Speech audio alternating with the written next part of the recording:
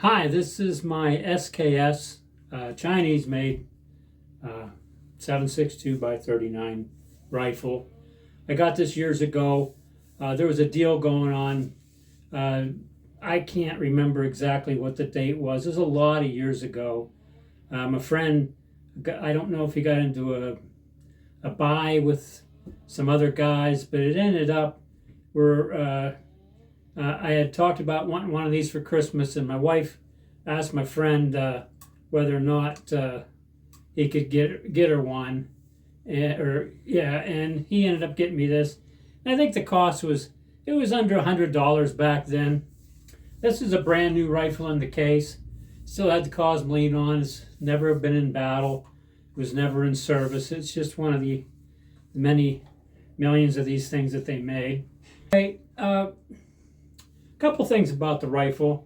If you look kind of close at it here, you'll see that it has some burn marks on the stock. This is the way it came. You can see this is their attempt at camouflage in the wood. They just touch hot iron, or they'd touch some flame to parts of the stock, and that was to camouflage the rifle for battle. It was kind of a unique idea, I guess, at the time. Maybe not. Maybe it was just a thing that they did for, whatever. I mean, the rifle's empty. A couple of things. The title, Casting Bullets for the SKS. Now, I'm a cast bullet shooter.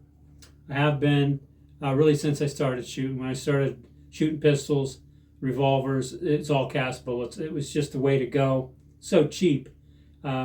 Even though components have risen over the years, casting bullets still is still the cheapest way to shoot. And I look at it like, if I can get a mold for it, I'm going to buy a mold and I'm going to cast some bullets.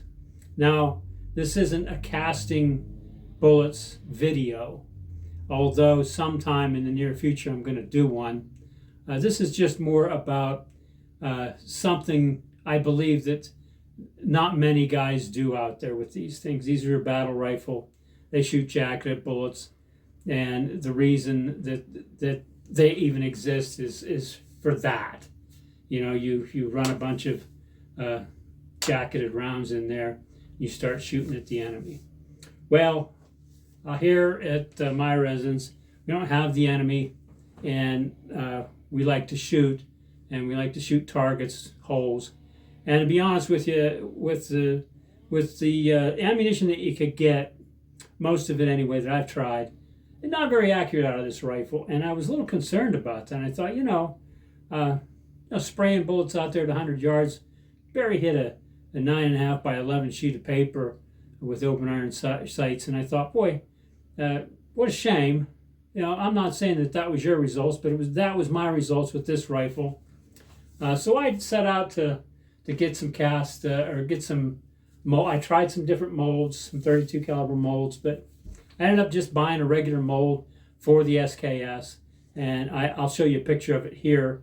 Those are the bullets that I use, and this is the stripper clip with those cast bullets, and it's a very close facsimile to what the jacketed bullet looked like, and it allows it to feed. I had no feeding issues shooting the cast bullets, but, and this is really going to make some of you guys cringe, I removed the piston out of the gas port so that I could shoot it single shot. I know that a lot of guys are going, hey, what are you thinking? Well, here's what I'm thinking. Number one, I didn't have a ton of brass for this gun, and my friend had hooked me up with a couple of bags of it that he picked up at the range. And these are usually guys go out and shoot 30, 40, or 50 rounds of it, and these things just splatter brass everywhere. And if you take a few minutes and just pick it up, throw it in a bag. Well, he was nice enough to pick up a couple of, a pretty good size shopping bag full of this stuff, and I cleaned it all up and run it through the sizer, and you get all kind of nicks and all kinds of little dents in these brass until you've load them and shoot them a couple times, and it kind of expands the brass out, and there you go. And I really wasn't interested in looking for that brass, so what I did was I just removed the piston out of here so that it's not cycling. And what I found was after a loading or two, that the rifle become quite a bit more accurate, and that's shooting cast bullets, and that's saying something. We had a 4-inch plate out at 100 yards. My friend had made a plate of steel. We have it on chains at 100 yards. And, it's just one of those potluck things where you shoot at when you're getting bored. We shoot at paper, and then we'll stand up and we'll shoot at those. Well, these were the loads that I was trying. And I was hitting that 4-inch circle every time I shot this rifle with these cast bullets. And I thought, I think I'm onto something here. Sure, I had to cycle it by hand. Two good things about that. Number one, I didn't have to search for the brass, and that's fun. And number two, it seemed to shoot way, way better. I mean, way better. So hitting a 4-inch circle out there every time off of the bench and hitting that 4-inch swinger, I think I hit it 6, 7, 8 about 8 times in a row. That got me excited about trying it on paper, and I'll let you guys know what the result is. This is I just started doing this in the spring, and I'll be loading for it pretty soon. And then I'm going to do some paperwork on it and find out how it works, and then go from there. So 7.62 by 39 cast bullets, the old battle rifle. She still functions. It'll still function in semi-automatic, but for the purposes of testing loads and saving brass and doing all the things that I feel that accurize a rifle, I just went ahead and, like I said, we're shooting it in the single shot mode, which defeats the very purpose of the rifle. But be honest with you, I want to know how many guys out there really, go to their cupboards and pull their SKS out every weekend and go out and shoot it. Probably not a lot. And, a lot of guys got these things for just, they were so cheap back then. And, they just, the ammo has gotten expensive for them. And this really, this really reduces the price of shooting a box of 50. And surprisingly, it gives you some familiarity with the rifle, the trigger, and you can shoot them semi-automatic wise, but just trying to work up a load, I think it's probably you're probably better off just trying to go ahead and do everything you can to see how well you can get the rifle to shoot, and then go backwards.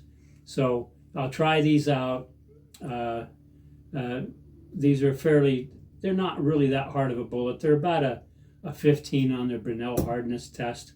They're not going very fast. It's a small charge. I think I'm using 2400. I don't know exactly how much. It's not very much. It might be 12 or 15 grains of 2400. It is probably shooting, I'm guessing probably 1600 feet a second, something like that. I didn't have the chronograph. I have a chronograph, but I didn't chronograph any of it. But that's just a wild guess on, what the velocities would be. But everything seems to go all right. Seems to be working. And what's nice about it is I can get the gun out, I can enjoy it, and have a little fun with it. These SKSs do have the rear tangent sight on the back, and we have the front sight that screws up and down to give you a little better, like if you can't hit at 100, you can monkey with that and get yourself at 100. And I have shot the rifle out to 200, 300, and 400 yards with the cast bullets. I took it out to Ridgeway on the Silhouette range, and You know, occasionally we were able to maybe knock a pig down, but it took quite a few rounds to get there. These aren't tack drivers, and they're not meant to be. They're battle rifles, and I understand that. But in the hopes of finding something that would make the gun just a little bit more accurate, you know, I've just been doing some experiments. So if this is something that you think can't be done, you can make these a single shot. Doesn't hurt the rifle one bit. You can shoot cast bullets out of it. Doesn't lead it. Doesn't cause any leading problems in the gas port. Doesn't cause any leading problems in the barrel. You just got to make sure that the diameter of the bullets you're shooting is commensurate with the diameter of your bore. So I would recommend that you slug your bore and make sure you know what the diameter is, and when you're casting bullets, make sure that you're at least a thousandths over that, and that cures all kind of leading. The whole leading myth that I think got started years ago was probably guys shooting undersized bullets in the bores of their rifles. And typically what guys were shooting cast bullets in were very old rifles. And you know, these like my 4440, you know, the typical diameter for a bullet for the 4440 should be 429, but mine slugs out at about 431, 432, in that range. And you know, if you're shooting 429 lead ammunition out of that rifle, you're gonna lead it. I mean, it's just the way it works. You shoot the right stuff, and you take a little time and look at the science of it. Lead bullets aren't, you know, they're not going to hurt your rifle. That's just kind of a myth. What ends up leading your rifle is just an undersized bullet for the most part. Or if you're trying to cook them, if you're trying to push these things, you know, above 2,000, 2,200 feet a second, you know, you might get some. You probably might get some. I would say you probably get a little bit of leading on your, and I could be wrong, but if you have a good lube, and again, lube is paramount in this game, you probably wouldn't, but there's a chance you might. The faster they go, there's a danger of it. I'm not saying it can happen or it would happen, but there is a danger of it. So undersized bullets, that's a big problem with leading. You know, lead's very soft. It's not like copper, right? So when you seat your bullets, you can seat them right till they touch the lands.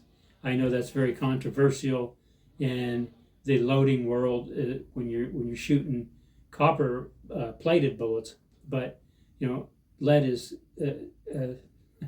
extremely softer than copper, and you know, if your lead, the nose of your lead bullet is touching the lands of your rifle, it's not hurting a thing. It's going to give you a better drive right out the barrel and a little bit better accuracy. Ask anybody that shoots competitively with cast bullets, I'm going to tell you the same thing. The rules are different for cast shooters than they are for regular jacketed round shooters. So that's how that goes. If you have any questions or comments and you like this kind of content, please subscribe to my channel. Leave a comment, leave a like if this is something that you'd like to see. I have some more old military rifles. I shoot cast bullets out of all of them. I haven't had any issues with them. Some of them shoot extremely well. So, hey, thanks for watching my video.